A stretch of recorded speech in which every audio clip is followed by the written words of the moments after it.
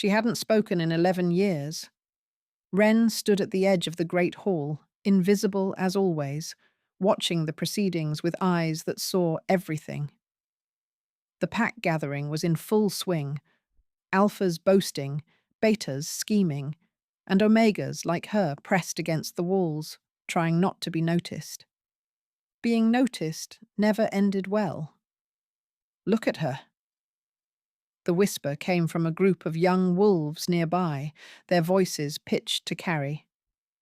The silent freak, standing there like a ghost. I heard she's cursed. That's why she can't speak. I heard she's just stupid. Too simple to form words. Laughter, cruel and careless.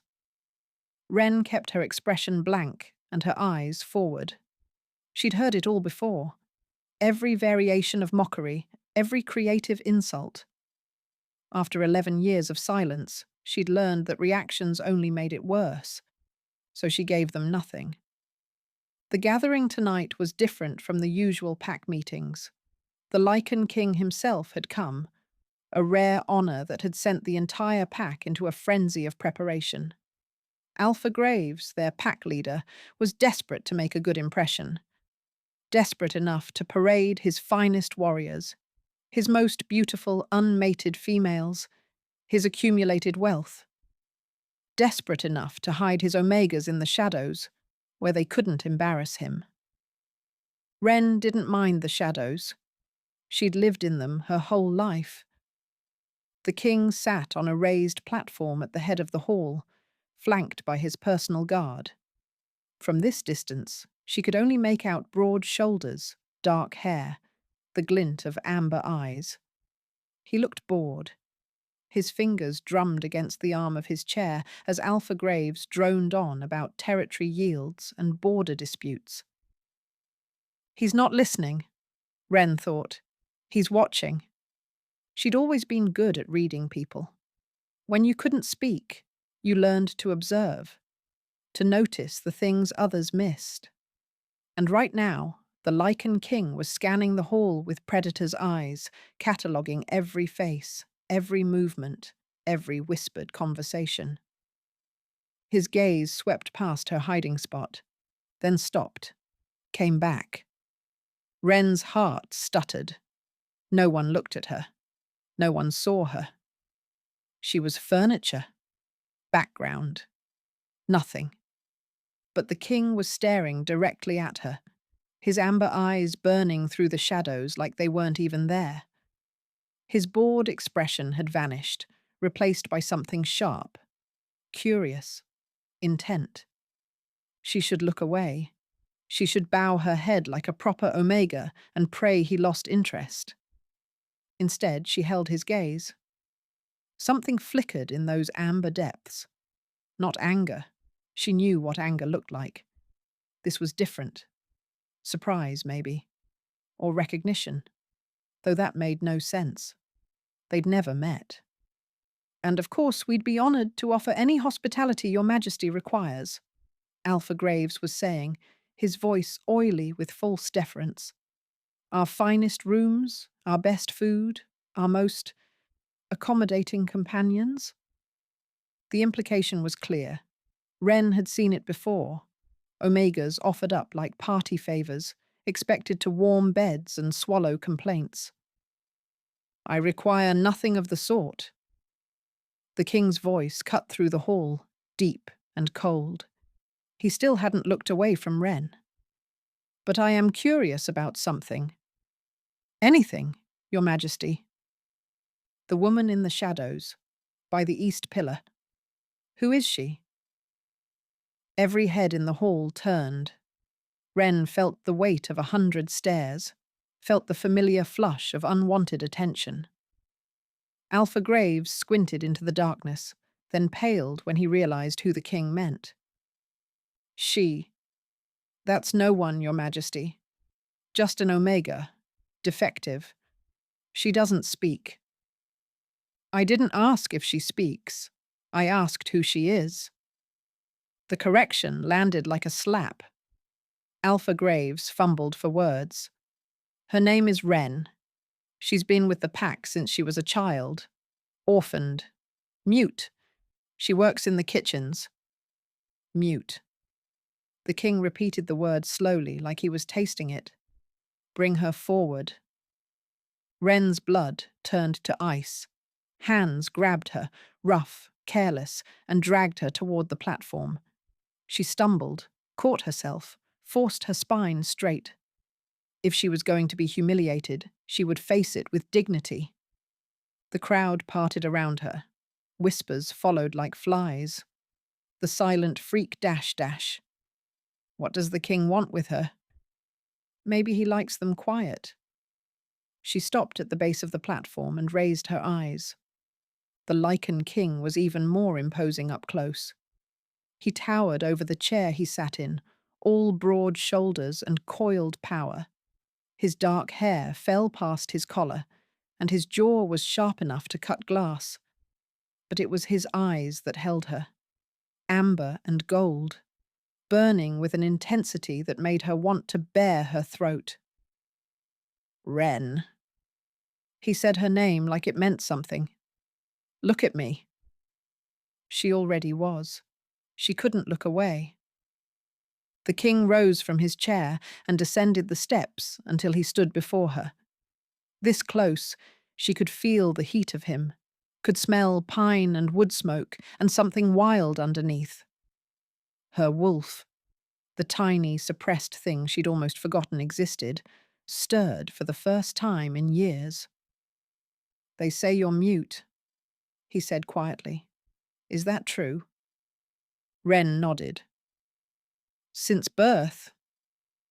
She shook her head, held up her hands, spreading her fingers. 10. Then one more. 11 years. His eyes narrowed. What happened 11 years ago? She couldn't answer. Not because she didn't have words. She had plenty of those locked inside her head, but because the truth was tangled up with pain and memory, and a night she'd spent 11 years trying to forget. The king studied her for a long moment. Then he did something no one had done in over a decade. He crouched down, bringing himself to her level, not looming, not dominating, meeting her. You don't have to tell me, he said, his voice low enough that only she could hear. But I want you to know something. She waited. They mock you for your silence. They call you defective, broken. His amber eyes blazed. They're fools. Only fools ignore power. Wren blinked. Power. I can feel it, the king continued. Rolling off you in waves. You've hidden it well.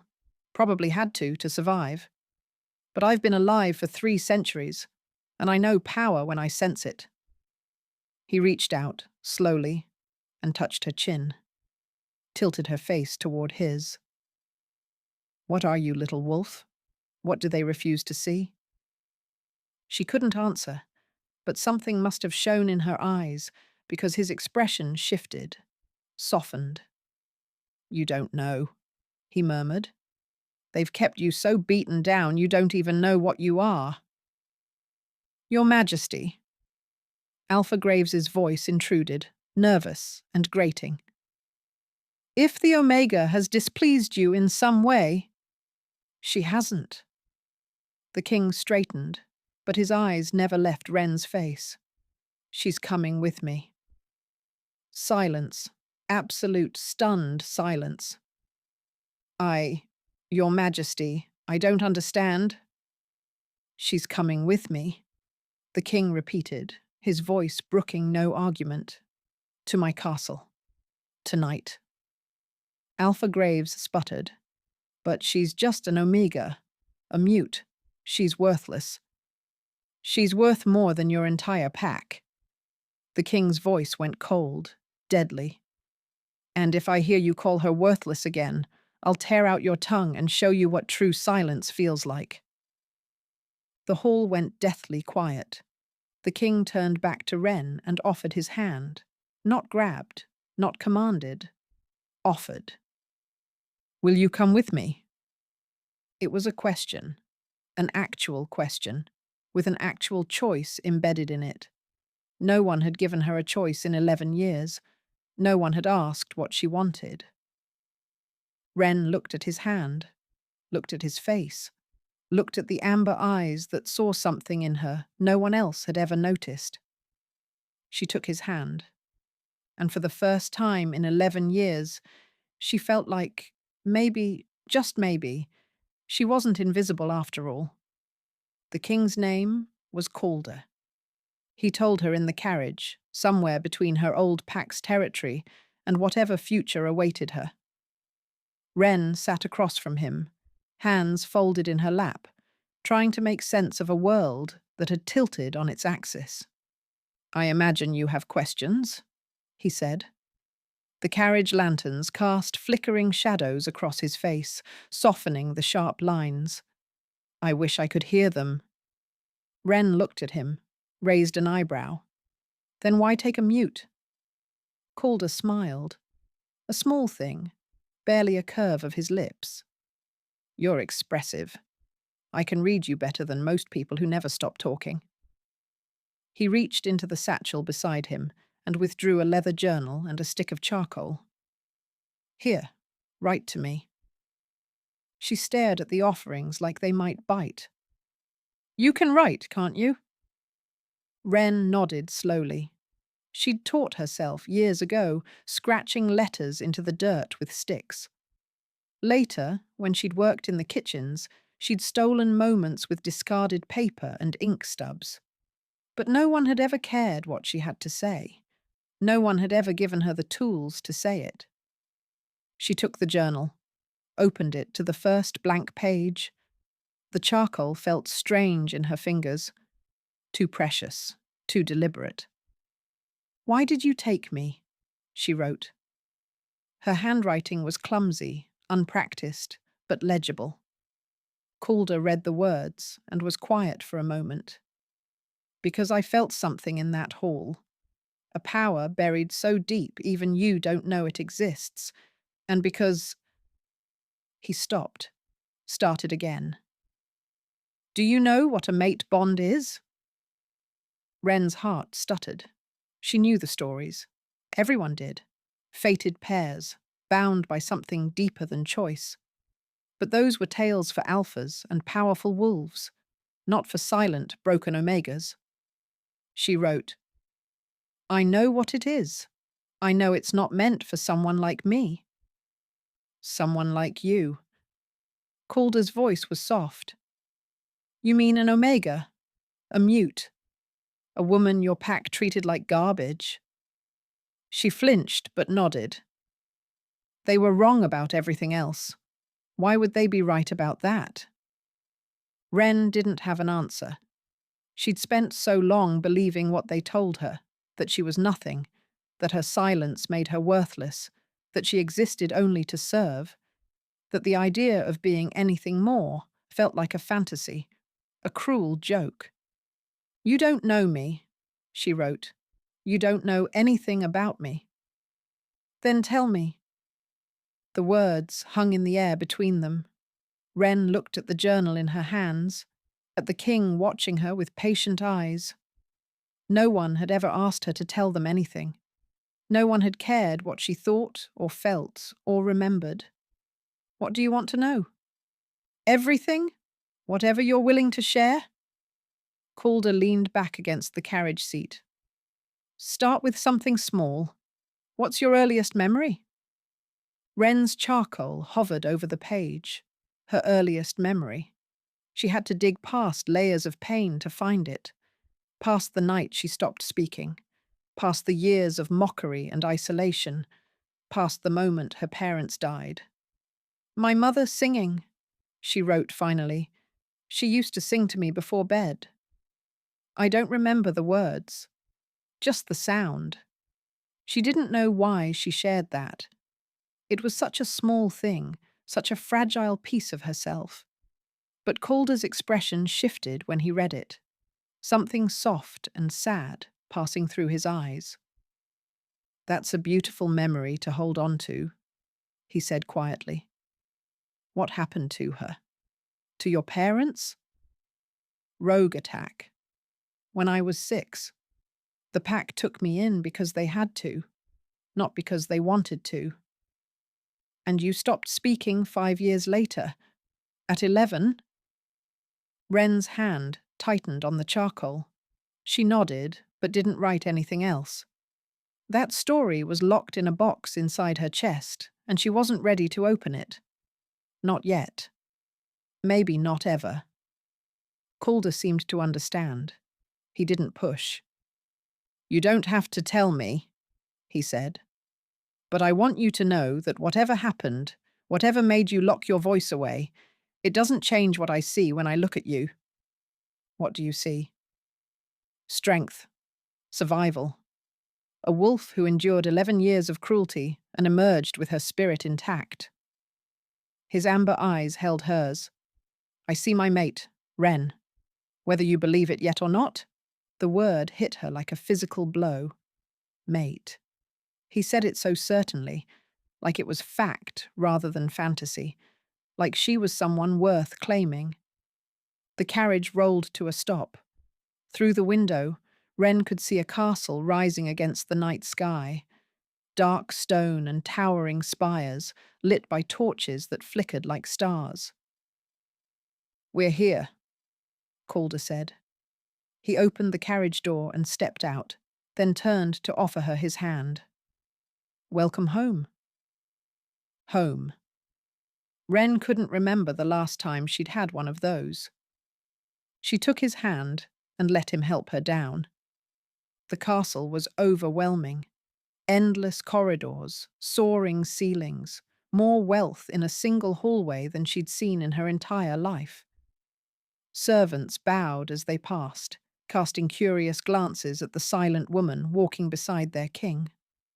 Calder led her to a set of ornate doors and pushed them open. The room beyond was larger than the entire kitchen where she'd spent the last decade. A massive bed, draped in silver and blue. A fireplace already crackling with warmth. Windows that looked out over moonlit gardens. A writing desk stocked with paper, ink, and more charcoal sticks than she could use in a year. These are your chambers, Calder said. Wren turned to stare at him, pointed to herself. Mine. Yours. For as long as you want them. She walked into the room slowly, her fingers brushing the silk of the bedding, the smooth wood of the desk. Everything was beautiful. Everything was hers. It didn't make sense. She grabbed a piece of paper from the desk and scrawled a question. Why are you being kind to me? Calder read it. When he looked up, his expression was unguarded in a way she hadn't seen before. Because you deserve kindness. Because someone should have been kind to you a long time ago. He moved closer, but stopped at arm's length, giving her space. And because when I look at you, I see something precious, something everyone else was too blind to notice. Wren's eyes burned. She couldn't remember the last time someone had called her precious. She couldn't remember the last time someone had looked at her like she mattered. I don't know how to trust this, she wrote. I don't know how to trust you. That's fair. Calder's voice was gentle. You don't have to trust me yet. You don't have to trust any of this. Just stay. Eat real food. Sleep in a warm bed. Write whatever you want to write. He smiled, and it reached his eyes. Let me prove that I mean what I say. He turned to leave, then paused at the door. The servants will bring dinner shortly. If you need anything at all, there's a bell pulled by the bed. Someone will come. Then he was gone. Wren stood alone in the beautiful room, surrounded by more comfort than she'd ever known. Her hands were shaking. Her heart was pounding. She didn't trust it. She couldn't trust it. 23 years of life had taught her that kindness always came with a price, that hope was just another way to be hurt. But Calder had looked at her like she mattered. He'd given her paper and charcoal and asked her to tell him things. She sat at the writing desk, staring at the blank pages. For 11 years, she'd had no voice, no one to listen, even if she'd had one. Now someone was listening, and for the first time in longer than she could remember, she wanted to speak. The nightmare came on the 4th night. It was always the same. The cellar, the darkness, the hands grabbing her, pinning her down, the Alpha's voice hot against her ear. "Scream for me, little Omega. Scream, and maybe I'll stop." She'd screamed. She'd screamed until her throat tore and her voice shattered, and the sound became nothing but ragged gasps. And then she'd stopped. Stopped screaming. Stopped speaking. Stopped making any sound at all. Because silence was safer. Silence meant invisible, and invisible meant alive. Wren woke with tears streaming down her face and her hands clawing at the silk sheets. The fire had burned low. The room was full of shadows, and for a moment she was back there, 11 years old, broken and bleeding, learning that her voice was a weapon that could be used against her. A knock at the door, soft, careful. She couldn't call out, couldn't say, "Come in" or "Go away" or anything at all. But she stumbled from the bed and opened the door anyway. Calder stood in the corridor, wearing loose sleep clothes, his dark hair dishevelled. His amber eyes swept over her face. The tear tracks, the trembling hands, the wild look of someone who had just escaped a nightmare. And something fierce passed through his expression. "I heard you," he said quietly. "Through the bond. I felt your fear." Wren stared at him. She hadn't made a sound. She couldn't make a sound. But he'd felt it anyway. He didn't push past her, didn't force his way in. He simply stood there, waiting. She stepped back, an invitation. Calder entered the room and closed the door behind him. He crossed to the writing desk and picked up a piece of paper and charcoal, then brought them to her. "Tell me," he said, "if you want to, if you can." Wren's hands were shaking so badly she could barely hold the charcoal. She sat on the edge of the bed, and Calder settled on the floor in front of her, below her, unthreatening, patient. For a long moment, she just stared at the blank page. Then she began to write. I was 11. One of the pack alphas, not Graves, one of his lieutenants, he cornered me in the cellar. He said he wanted to hear me scream. The charcoal scratched against the paper. Her handwriting was jagged, uneven. He hurt me. Not the worst way, but enough. And I screamed. I screamed so loud I thought my throat would tear open. And he laughed. He said my voice was pretty when I was scared. She had to stop, had to breathe. Her chest felt like it was being crushed.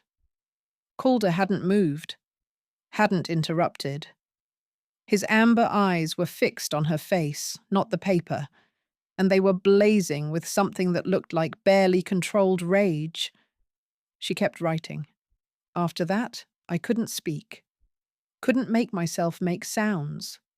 The healers said it was in my head, that my voice wasn't broken, just locked.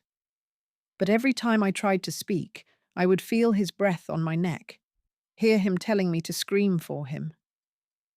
So I stopped trying. 11 years. I haven't spoken in 11 years because a monster wanted to hear me suffer. She set down the charcoal.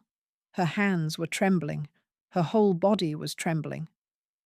Calder picked up the paper and read it. His jaw tightened. A muscle ticked beneath his eye. When he finally looked up, his expression made her breath catch. Not pity. She'd expected pity. This was fury. Cold, lethal, absolute fury.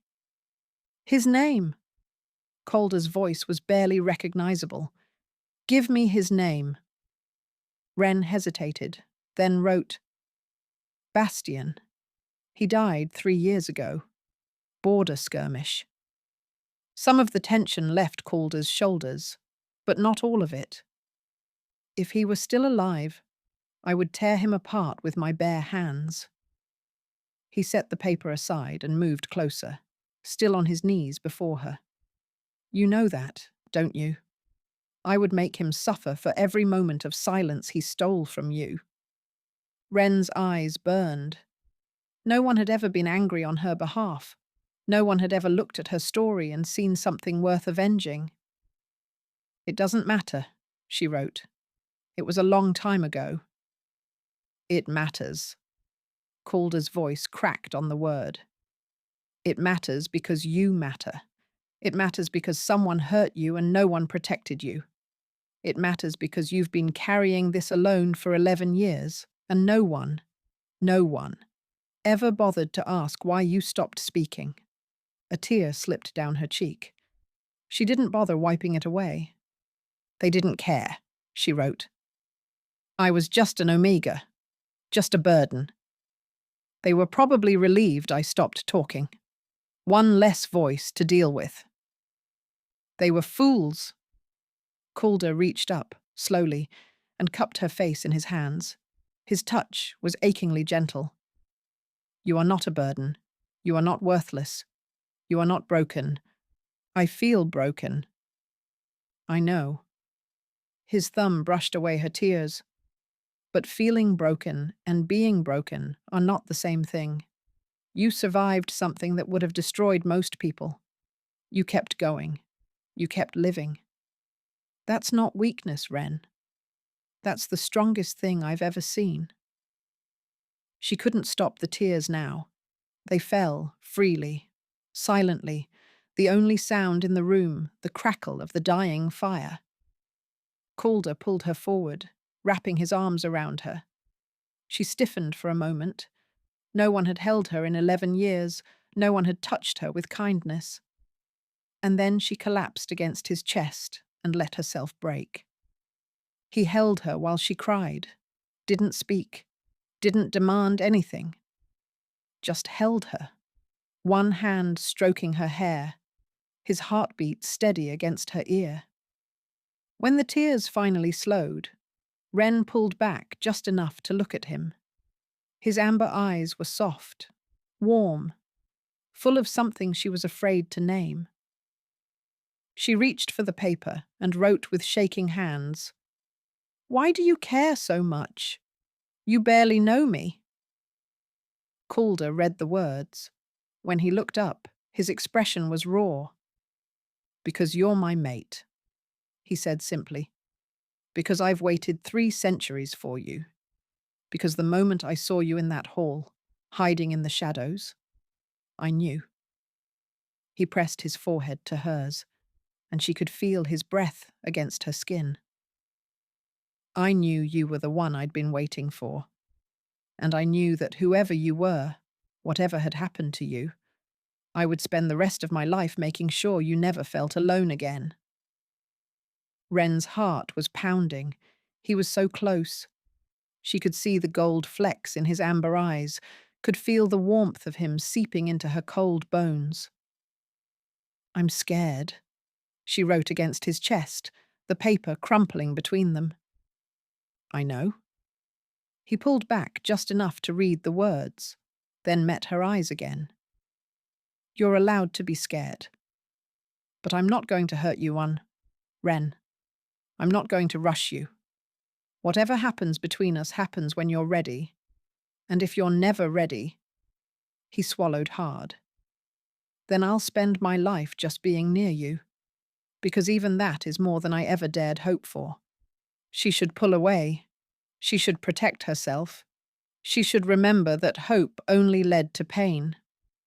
But he was looking at her like she was precious, like she was worth waiting for, like her silence was a language he was willing to learn. Wren leaned forward and pressed her lips to his cheek. Soft, brief. A thank you she couldn't speak, and a promise she didn't know how to write. Calder's breath caught. When she pulled back, His eyes were bright. "Wren," he murmured. Just her name, like it was the only word that mattered. She was falling for him. She knew it with terrifying certainty. This king who knelt before her. This man who raged on her behalf and held her while she cried. She was falling, and the silence in her chest was slowly, impossibly, beginning to thaw. Alpha Graves came on the 7th day. Wren was in the castle library when she heard the commotion. Raised voices in the courtyard, the clatter of horses, the urgent footsteps of guards. She set down her book and moved to the window just in time to see a familiar banner flying above an armed contingent. Her old pack, her old Alpha. Here. Her blood turned to ice. She found Calder in the throne room, standing before a crowd of his own wolves. Alpha Graves stood in the center of the hall, flanked by warriors, his face twisted with poorly concealed rage. "The girl belongs to my pack," Graves was saying. "She was born there. She owes us a debt of service. You had no right to take her." "I had every right." Calder's voice was deadly calm. "She came willingly. She stays willingly. Your claim is void." "She's an Omega, a mute. She can't make decisions for herself. She doesn't have the capacity." Graves's lip curled. "Whatever you think you're doing with her, it's a waste. She's defective, broken, worthless." Wren flinched. The old words hit her like familiar blows, opening wounds she'd thought were starting to heal. Then Calder moved. One moment he was standing by his throne. The next, he had Graves by the throat, lifting the Alpha off his feet like he weighed nothing. "I warned you," Calder growled, and his voice was barely human. His amber eyes blazed with golden light. "I warned you what would happen if you called her worthless again." Graves choked, his feet kicking uselessly in the air. His warriors surged forward, but Calder's guards intercepted them, blades drawn. "She's not defective," Calder continued, his voice carrying through the stunned silence. "She's not broken. She's not a burden to be discarded or a debt to be collected." He tightened his grip, and Graves's face began to turn purple.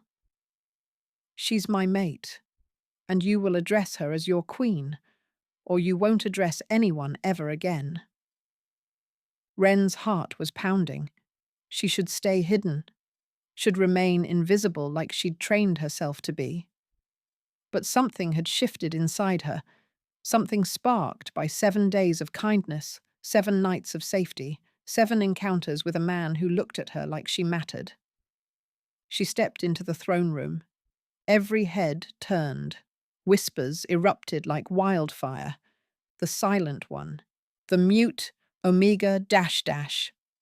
What's she doing? Calder's eyes found hers across the hall. Even with his hand around Graves's throat, even with fury blazing in his gaze, something softened when he saw her. A question. A concern. "Are you all right?" She nodded, kept walking. Graves, still dangling from Calder's grip, saw her approaching and let out a strangled laugh. "Look at her. Can't even speak to defend herself. Can't do anything but stand there like the pathetic creature she is." He twisted his head toward Wren, his eyes venomous. "Did you tell him, little mute? Did you tell him why you stopped talking? Did you tell him what Bastien did to you in that cellar?" The words hit her like a physical blow.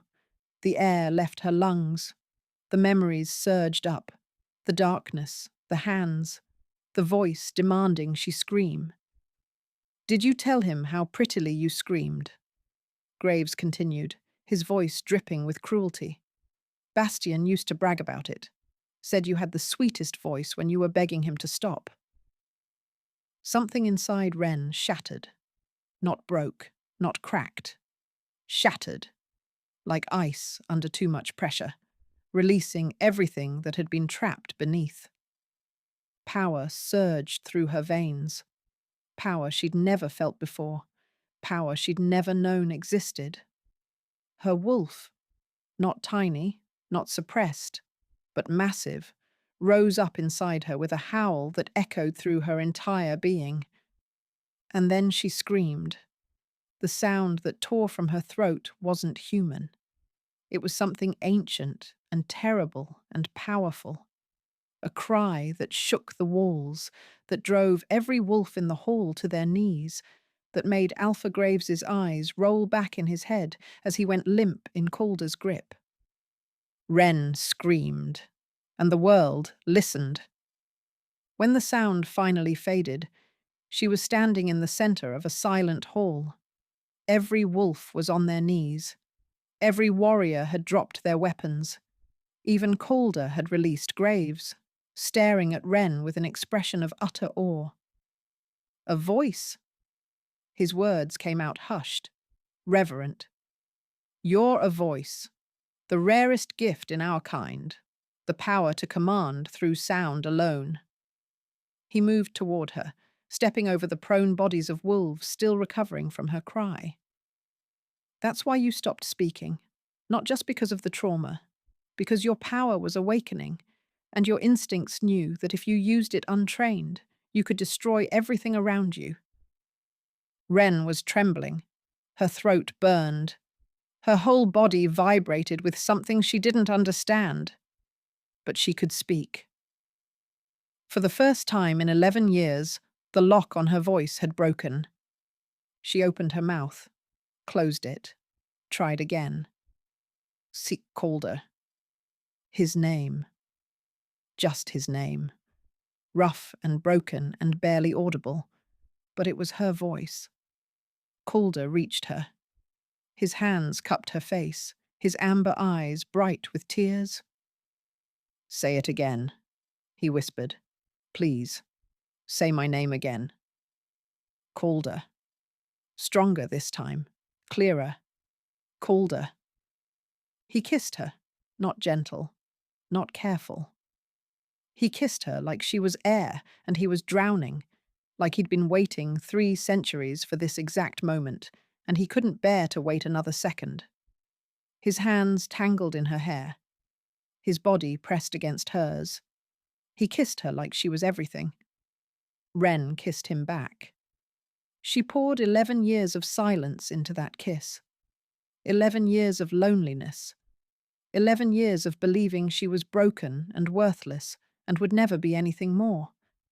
She kissed him and felt the last of her walls crumble, felt the ice around her heart, finally, completely melt. When they broke apart, they were both breathing hard.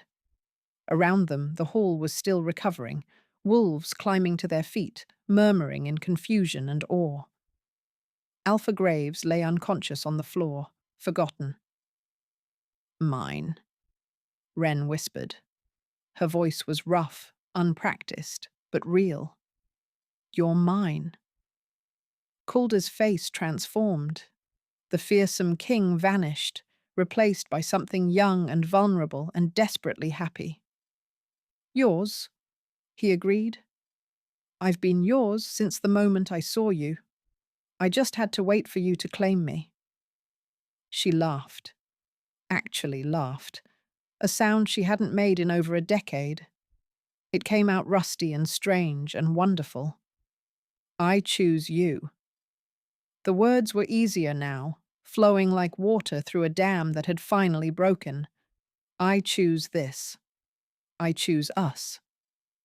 Even knowing what you are? What you can do? Calder's expression flickered with old fear. You could command anyone, make them do anything. You could have any wolf in the kingdom. I don't want any wolf. She reached up and touched his face, marveling at the way her voice shaped words again. I want you. The king who saw power where everyone else saw weakness. The man who gave me paper and charcoal because he wanted to hear me even when I couldn't speak. Calder turned his head and pressed a kiss to her palm. I love you, he said. I've loved you since you held my gaze in that hall when any other wolf would have looked away. Wren's heart swelled.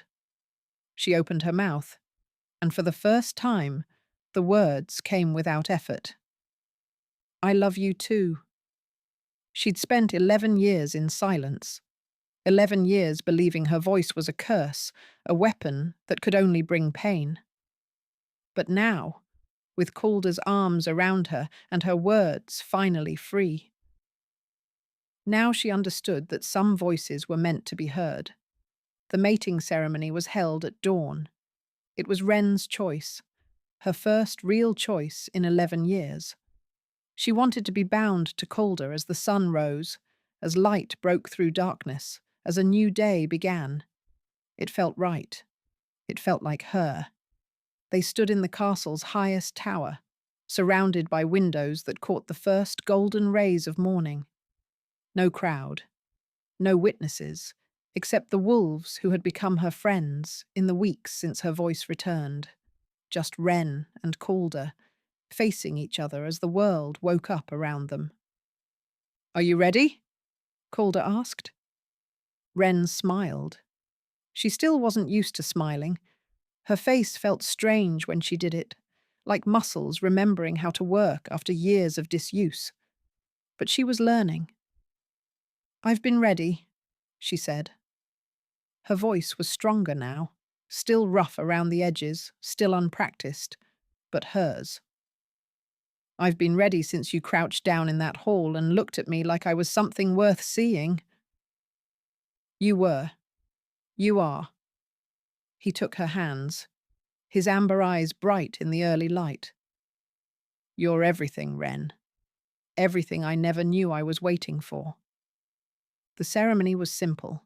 Ancient words spoken as the sun crested the horizon, vows exchanged in voices that shook with emotion, his steady and sure, hers wavering but fierce. I will hear you, Calder promised.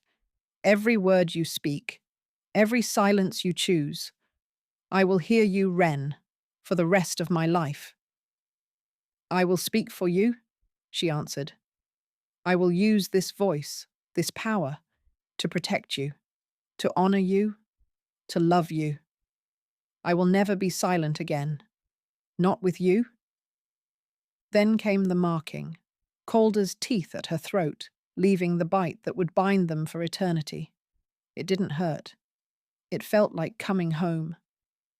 When he pulled back, his eyes were glowing, not with his wolf's power, but with something deeper. Love, pure and overwhelming and real. My queen, he murmured. My mate. My voice. My king, she answered. My heart. My home. He kissed her as the sun flooded the tower with golden light. That night, he was gentle with her, patient. He touched her like she was something sacred, asked permission for every kiss, every caress. And when she finally spoke, when she said yes and please and more, he listened to every word. Afterward, they lay tangled together, her head on his chest, his fingers tracing patterns on her bare shoulder. I never thought I'd have this, Wren said quietly. Her voice still felt like a miracle. Every word a gift she'd never expected to receive again. I thought I'd spend my whole life invisible, silent, alone. You'll never be alone again. Calder pressed a kiss to her hair. I'll spend the rest of my existence making sure of that. That's a long time, 3 centuries and counting. Not long enough. He tilted her chin up to meet his eyes. I'd wait 300 more for you, Wren. 3,000. You're worth every moment. She kissed him instead of answering. Some things were still easier to show than to say. 6 months later, the news arrived. It came through official channels, a formal report delivered by Calder's scouts. Wren was training in the courtyard when he found her, practicing the control she'd spent months developing, learning to use her voice without destroying everything around her. "You'll want to see this," he said, handing her the scroll. She read it twice before the words sank in. Alpha Graves's pack had dissolved. After his humiliation at the castle, after the entire kingdom learned that the worthless mute he'd dismissed was actually a voice, the rarest power in their kind, his own wolves had turned on him. His lieutenants had abandoned him. His territory had been claimed by neighbouring packs. And Graves himself had fled in the night, disgraced and alone. "The Omegas," Wren said, her voice catching. "What happened to the Omegas?" "Already taken care of." Calder's expression softened. "I sent word months ago. Any who wished to leave were offered sanctuary here. Most accepted." He paused. "Including 2 who specifically asked to serve in your household. They said you were kind to them, back when you worked in the kitchens. They wanted to repay that kindness." Wren's eyes burned. She remembered them. Young women like her, beaten down and invisible, finding small moments of connection in shared silence. She'd never thought they'd noticed. Never thought anyone had. "They're here?" she whispered. "They've been here for weeks. I wanted to wait until you were ready." Calder took her hand. "They were afraid, at first. Afraid that power would change you. That you'd become like the alphas who hurt them." His thumb traced her knuckles.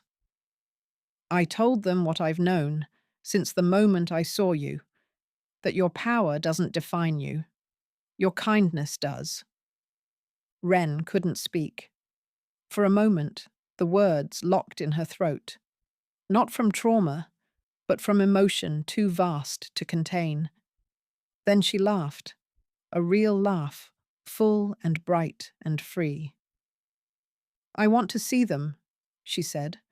"I want to tell them—" She stopped, shook her head. "No, I want to show them. That silence isn't weakness. That being overlooked doesn't mean being worthless. That someone, somewhere, will see them for who they really are. Like I saw you. Like you saw me." She rose on her toes and kissed him, soft and sweet and full of promise. "You looked into the shadows and found something everyone else missed. Let me do the same for them." In the months that followed, Wren became known throughout the kingdom, not as the mute Omega, not as the silent freak, but as the voice queen, the woman who had risen from nothing to stand beside the Lycan king, the woman who used her power not to command, but to protect, to speak for those who couldn't speak for themselves. She established a sanctuary for Omegas, a place where the broken and the silent and the forgotten could find safety, could find worth, could find their own voices, whatever form those voices took. And every night she returned to Calder's arms, to the man who had seen her when no one else would look, who had heard her when she couldn't make a sound, who had loved her before she knew how to love herself.